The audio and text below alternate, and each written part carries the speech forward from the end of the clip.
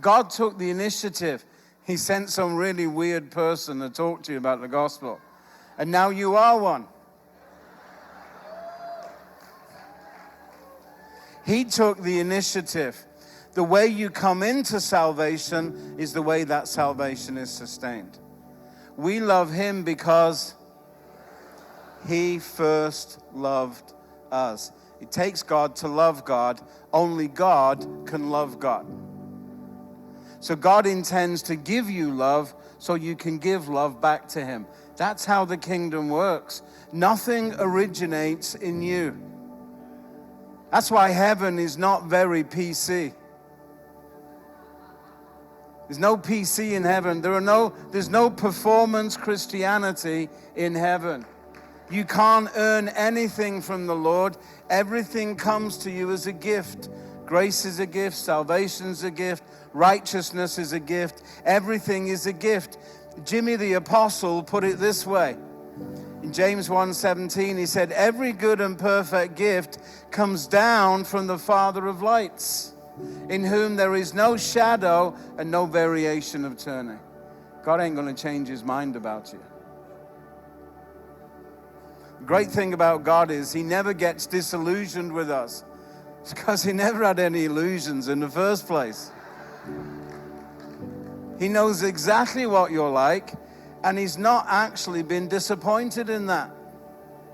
Yeah, I know Graham, he's, English. Northern England, big industrial city. Birds wake up in the morning and cough. I know all the effects of that on his psyche, everything. I know everything about that boy. I love him. You have to know that you are wonderfully loved. It is your job in life to be wonderfully loved and to tell everybody ad nauseum how wonderfully loved you are. And then to prove you're wonderfully loved by loving people wonderfully, regardless of who they are and regardless of what they do. So you can even love your enemies if you have any. I choose not. I only have one enemy, and I flipping hate him. One guy came up to me in, I don't know, someplace somewhere, and he was really forthright. He said, the Lord has raised me up to stand against your ministry. All right, how's that working out for you?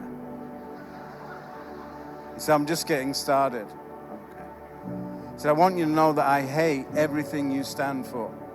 I said, what, like everything? He said, yeah. I said, even the way I spell Jesus? How do you spell Jesus? J-E-S-U-S. I spell it the same way. We could be brothers. That's amazing.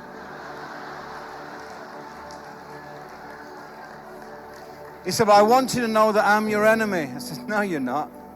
He said, I am. I said, no, trust me, you're not. I am your enemy. I said, no, you're not.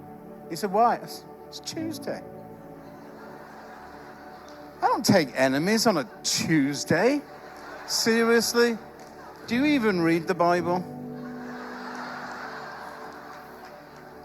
He said, well, I'll come back tomorrow. That'll be great, because I have a special on Wednesdays for people who think they might be my enemies. He said, I'm going to be your enemy. I said, no, I don't think you're going to make it. Do you know what I think? I think the love of God is going to get hold of you so powerfully that you're going to love people for the rest of your life outrageously. That's what I think. That's what I think you're out here right now. You're out here because you need a confirmation that you're a lover. I think you're a lover. I don't think you're a hater. And he's like, look at me and saying, I don't understand you. That was plain to see. But that's okay. The Lord understands you.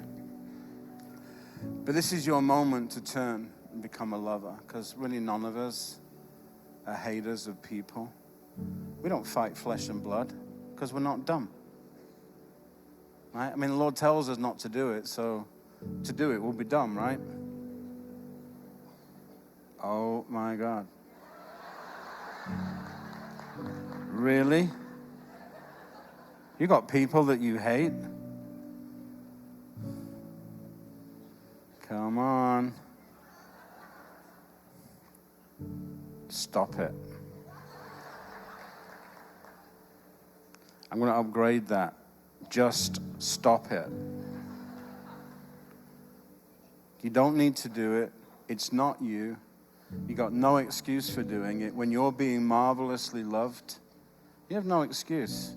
You want to be marvelously loved, you got to love people marvelously. It's the way it works. Kingdom, everything, God gives you everything, and then you give out everything.